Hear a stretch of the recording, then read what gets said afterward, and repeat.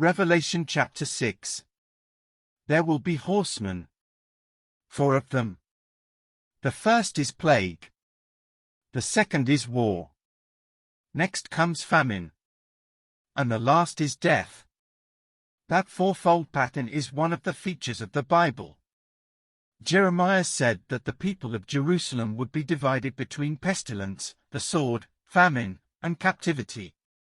Ezekiel talked about the 4 sore acts of judgment, which would be pestilence, the sword, famine, and wild beasts.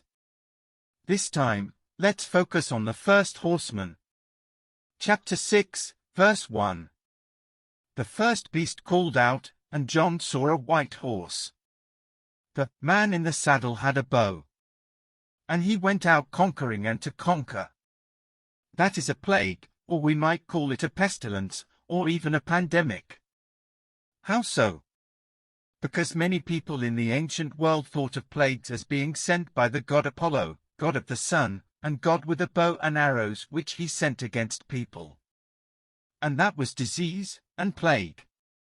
He's doing that at the beginning of the Iliad, when he and his sister Artemis, goddess of the moon, attacking the Greek camp with a complete shower of arrows, which becomes a great epidemic. We get the same image in one of the Psalms, Psalm 91. You shall not fear the arrow that flies by day, not the pestilence that stalks in darkness, nor the destruction that wastes at noonday. The psalmist is talking about God's protection against plague and pestilence. That's why I say that this horseman, chapter 6 verse 1, is giving us a pandemic. He comes out with the intention of conquering the world, which is what a pandemic does. I do not say that the late COVID pandemic is always the pandemic of chapter 19 verse 1. I do say that we need to be conscious of the possibility, and we do need to think about what events might be following.